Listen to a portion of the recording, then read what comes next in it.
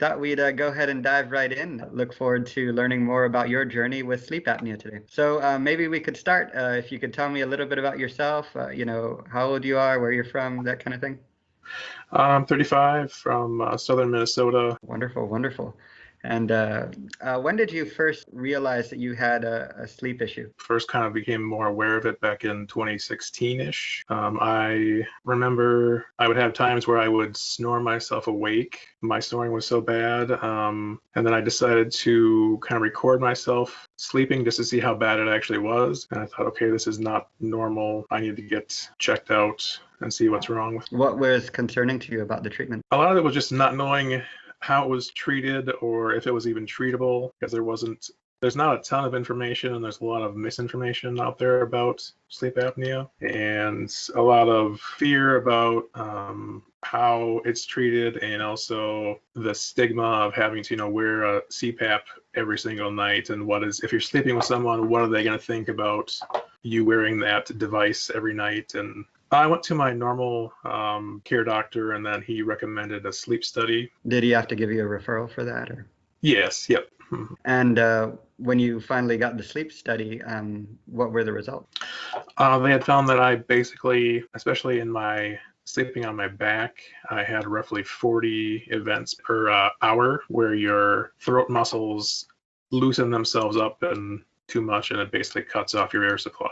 Had you noticed any sort of impacts to your quality of life as a result of the sleep apnea? Absolutely. I guess not so much at the time, because I had it for so long that it felt normal. So I didn't even realize anything was wrong. But at this point, I can kind of describe myself as running on autopilot. You could ask me something, and 10 minutes later, I would have little to no recollection of what you asked me. And I was tired constantly, and no amount of sleep I would have would seem to help. And I could sleep for 8 hours and feel like I had slept for an hour afterwards. When you woke up, did you notice any challenges there with waking up? Or? Waking up was terrible usually. Didn't want to get out of bed, especially during the winter when it's dark in the morning. For the most part, just doing the bare minimum to get by and not have to engage myself mentally too much, because I wasn't able to at that point. How would you characterize sort of the mental challenge? Some folks will call it brain fog. Is that? Oh yeah, definitely, yes. Talking about your treatment now, so you went to a sleep doctor. You mentioned that you were diagnosed with an AHI, an apnea-hypopnea index of 40, Yep. which gave you a moderate sleep apnea diagnosis.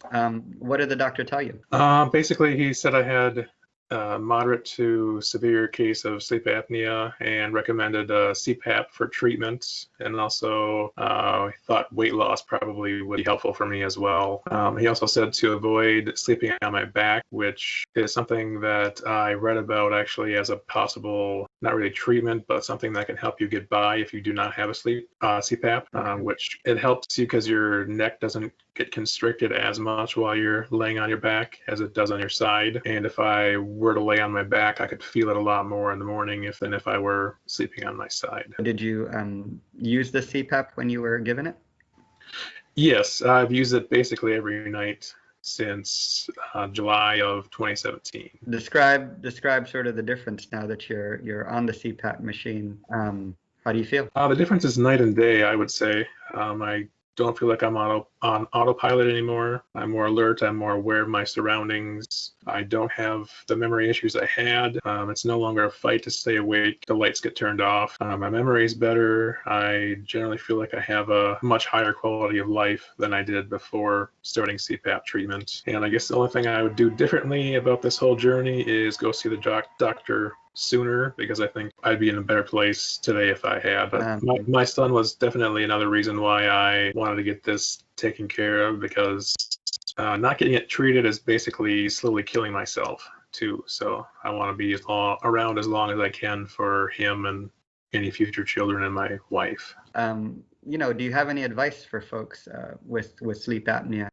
Honestly, if you even suspect you have it, go get yourself tested, because you have nothing to lose except your brain fog, your feeling of tiredness. You'll have a chance at living a more normal life after you have treatment. and not sleeping terribly, because I know personally I would sleep 6 hours or so and wake up feeling like I had slept maybe an hour, and after this I wake up feeling like $1,000,000 pretty much. That's great to hear. That's great to hear. And so very happy to hear your journey and be able to share that with others so that they can become, one, they can learn from you, and number two, they can be inspired to take on their health and in a serious way. So thank you so much for your time today. Thank you. Okay.